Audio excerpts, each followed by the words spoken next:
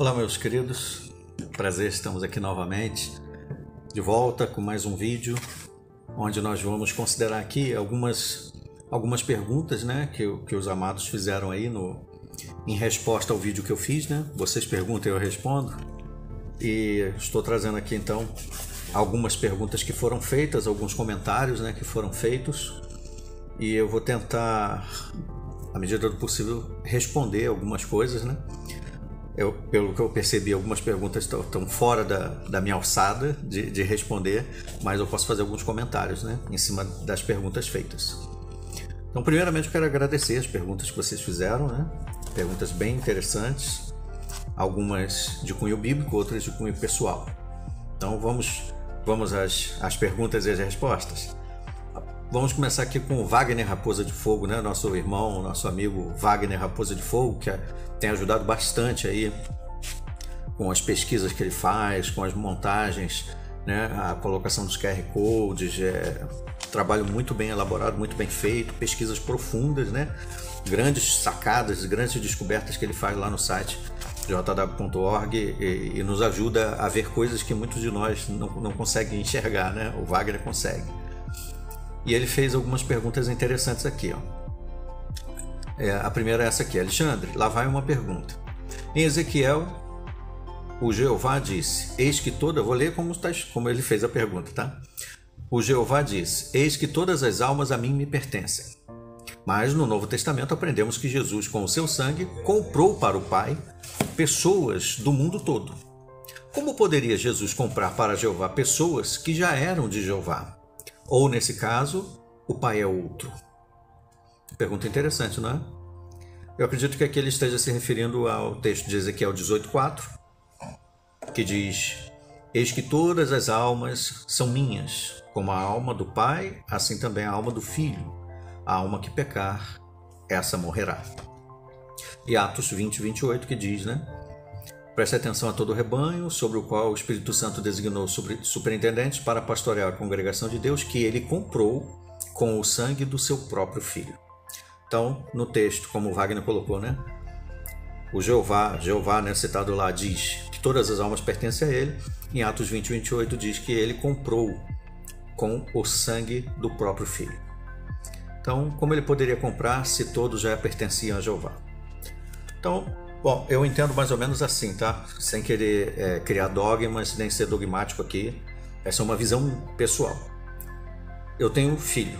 O filho é meu. Mas vamos supor que ele cai na mão de um sequestrador, né? E exija de mim um resgate. Eu não tenho que pagar para ter meu filho de volta. Eu estou pagando um resgate pelo meu filho. Ele foi feito escravo ou prisioneiro. Mas ele continua sendo meu. Ainda assim, eu pago pela libertação dele. Pelo pecado de Adão e Eva, como está lá em Romanos capítulo 5, dos versículos 12 em diante, pelo pecado do primeiro homem, a humanidade entrou na condição morredoura, de morrer, né, por causa do pecado. E por causa disso nós nos tornamos escravos da lei, né? Fomos vendidos ao pecado. Embora nós pertençamos ainda, a nossa vida, né, depende do Criador, a nossa existência de estar respirando, a nossa vida futura depende do sacrifício de Jesus Cristo, como diz em Romanos 7, versículos 5 e 6. Quando vivíamos de acordo com a carne, os desejos pecaminosos despertados pela lei agiam em nosso corpo. Estou lendo a tradução do Novo Mundo, aqui na tradução, nessa Alfalite, diz assim, 7, 5 e 6. Porque quando estávamos na carne, as paixões pecaminosas despertadas pela lei agiam em nossos membros, para darem frutos para a morte. Mas agora fomos libertados da lei. Ao morrermos para aquilo, morremos para o pecado, para a condição pecaminosa. Aqui estávamos sujeitos para servirmos em novidade de espírito e não na velhice da letra. A tradução do Novo Mundo verte assim, ó. Fomos libertados da lei porque morremos para aquilo que nos restringia, a fim de sermos escravos num novo sentido, por meio do espírito, e não no velho sentido, por meio do código escrito. Então nós morremos para a condição pecaminosa e nascemos para a liberdade que está em Cristo. Continuamos pertencendo a Jeová.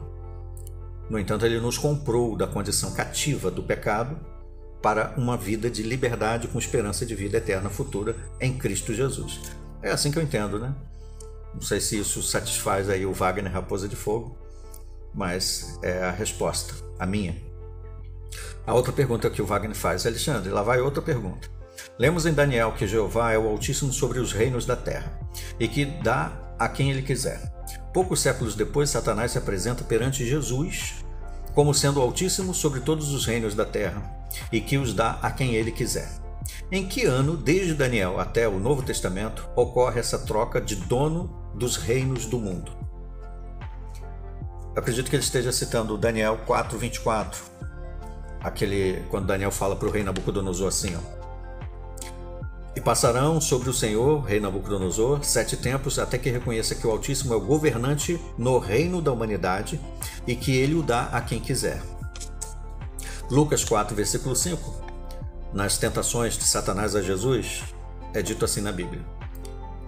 Assim ele o levou para cima e lhe mostrou todos os reinos da terra habitada num instante. Então o diabo lhe disse, eu lhe darei toda esta autoridade dos reinos, bem como a glória destes reinos, porque ela me foi dada, me foi entregue. Ela o quê? A autoridade. Me foi entregue, e eu a dou a quem eu quiser. Portanto, se você fizer um ato de adoração diante de mim, tudo será seu. Então, a pergunta que ele fez foi, em que ano, desde Daniel até o Novo Testamento, ocorreu essa troca de dono dos reinos do mundo? Se isso tivesse acontecido, eu não saberia dizer em que ano, né? De forma alguma, porque se a Bíblia não diz, não tem como eu saber. E também nem fazer conjecturas. No entanto, os reinos, o mundo, tudo, na verdade, pertence ainda ao Criador. Mas isso aí, né, Jeová, o Deus Todo-Poderoso, continua sendo o governante de todo o reino. Agora, quem está exercendo autoridade é diferente, né? Uma pessoa pode exercer autoridade sobre uma casa, por exemplo, talvez uma governanta, né, ou um embaixador pode ter determinada autoridade. Até mesmo, né, vamos supor, na Igreja Católica que tem lá o Camerlengo, né? Ele é como se fosse um secretário do Papa. Quando o Papa morre, até que se faça o conclave e escolha um novo Papa, quem responde pelo gabinete do Papa é o Camerlengo, mas ele não é o Papa. Então, uma coisa é ter autoridade sobre algo, outra coisa é ser dono daquilo, né? Satanás disse para Jesus em Lucas 4 que ele daria toda a autoridade, mas ele não disse que o mundo ou o governo, todas as coisas pertencem a ele. Ele pode até governar, como diz em Efésios 2, versículo 2, onde diz assim, nos quais costumavam viver quando seguiam a presente ordem deste mundo e o príncipe ou governante da autoridade do ar, o espírito que agora impera, né, nos filhos da desobediência. Então Satanás é o governante no sentido de que ele exerce um poder para o mal sobre todo o mundo que existe. No entanto, o planeta, o mundo, tudo que existe pertence a Jeová, de direito. Espero que tenha respondido aí a pergunta do Wagner mais uma vez. E o Wagner insistentemente fez mais uma pergunta. Alexandre, anote mais uma questão. Após o dilúvio só tinha Jeová e mais 8 humanos. Noé, esposa, filhos e esposas. Todos testemunhas de Jeová. Segundo a Torrelônia, que é o termo onde ele carinhosamente se refere à torre de vigia, segundo Torrelônia, a Grande. De onde vieram a deusarada e companhia? Os deuses que existem, né? Depois do dilúvio. Aqui o Wagner faz alguns trocadilhos com as palavras. Né? O pessoal que era da organização, ou que talvez entenda os termos a que ele está se referindo. Por que Jeová não começou o paraíso terrestre naquela ocasião? Não era um momento mais propício para isso? Por que não impediu a vinda desses deuses? Então, ele perguntou, né? De onde veio a deusarada e companhia? Agora, a que deusarada Wagner está se referindo aqui? Talvez aos deuses citados lá na Teogonia de Hesíodo, onde ele explica a origem dos deuses gregos, ou os deuses sumerianos, né? Citados lá no livro Perdido de Enkidu, ou do Egito. Bom, enfim, os deuses que hoje existem ainda, ou que passaram a existir. Vieram de onde? Antes do dilúvio já poderia estar havendo a idolatria, né? Praticada pelos descendentes de Adão e Eva. Eles poderiam estar adorando a quem eles quisessem, a natureza, ao sol, o que fosse. Não tem como a gente saber nem fazer conjecturas, nem ser dogmático nisso.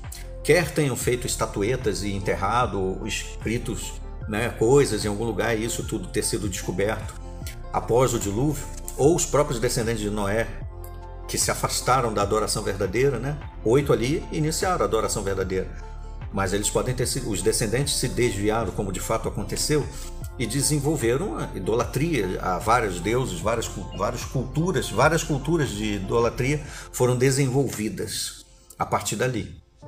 Então, daí vieram, né, os deuses que hoje nós conhecemos, além daqueles que já existiam antes do dilúvio, que continuaram na mente, talvez, né, dos 3 filhos de Noé, Sem, Cã e Jafé, e podem ter sido passados, né, para as próximas gerações. Caso eles tenham se desviado depois, podem ter retomado, né, essas crenças. Por que o paraíso terrestre não começou naquela ocasião? Bom, porque Deus decidiu assim, né? Em Isaías 55, versículos 8 e 9, ele diz assim: meus pensamentos não são os seus pensamentos. Talvez, do nosso ponto de vista, do ponto de vista de Wagner, aquela seria a ocasião propícia para se iniciar o paraíso terrestre, ou qualquer outra coisa que talvez nós tenhamos em mente. Por que Deus não destruiu Adão e Eva e começou tudo de novo? Por que ele destruiu Satanás e começou tudo de novo? Por que ele não fez A, ou B, ou C? Ou seja, nós temos as nossas ideias, que do nosso ponto de vista são as melhores escolhas. Mas Deus diz para nós assim, Isaías 55, 8 e 9: os meus pensamentos não são os seus pensamentos, nem os meus caminhos, nem os vossos caminhos, os meus caminhos, diz o Senhor. Porque assim como os céus são mais altos que a terra, assim os meus caminhos são mais altos que os vossos caminhos e os meus pensamentos mais altos que os vossos pensamentos.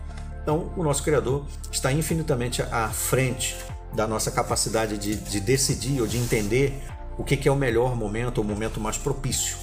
E com certeza, se ele decidiu não estabelecer o paraíso terrestre naquela época, é porque com certeza não era o melhor momento propício do ponto de vista do Criador, que tem toda a autoridade que nós não temos.